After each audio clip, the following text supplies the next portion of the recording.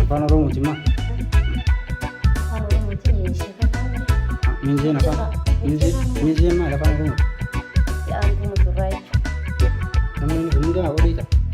Hin caalee ganaatti dabalallee garuu hin jira. Kuni qorii tokko hima ga'u.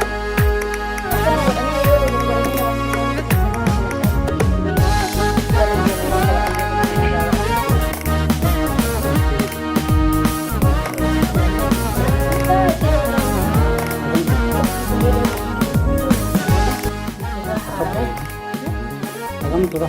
Xiqqoon dukkanaa illee dhiifamuu barbaada. Kan yoo itti godhan? Tukkiin maali? Kan itti godhanii isaanii as fidan. Ammaan? Hin geenye ka garuu ganaa jira. Rikuun ganaadha? Ayyee? Seeraan akka wal fudhatutti hirriida.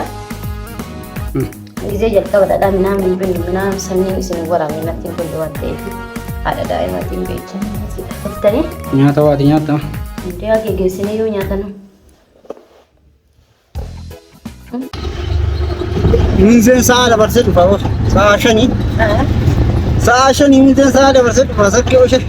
Inni gaafa kiyyaa ganamaan mee maatti fayyada ganama? Ganama sarginoo sanga'iin torbee. Guyyaa kun wallaahi akki kee akkanaa miti yaa ooshe.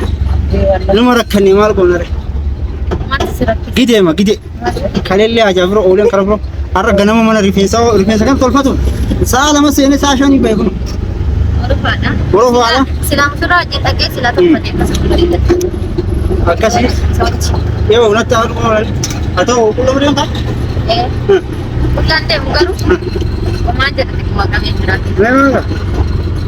Akkas. Marga. Akkasii. Anti yeroo sanitti nu wajjin tura baga fuutee konkolaa jireessi nyaata. Konkolaachi nyaata. Shifeeri kennallee kana? Gara jileeshii. Jileeshii keessatti.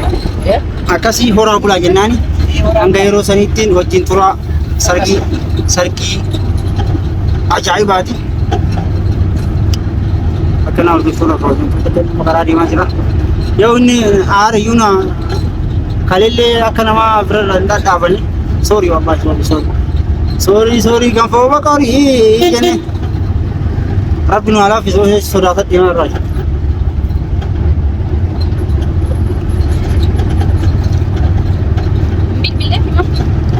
Haali maal bilbila kalee naa bilbila oolan.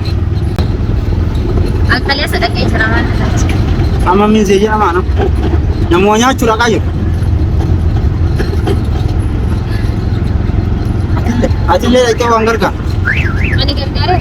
Yoom dhaqe? Ada ofitti qabda? Ani dhaqeera.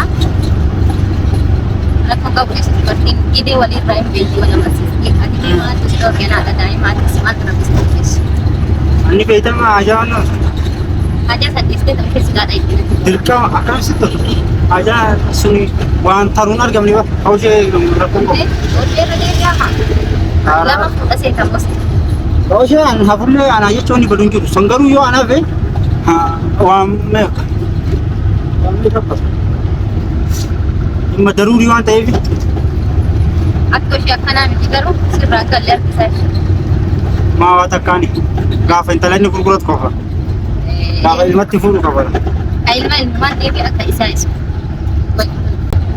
Amma ishee jalatti dhufee sababa guddaa jecha.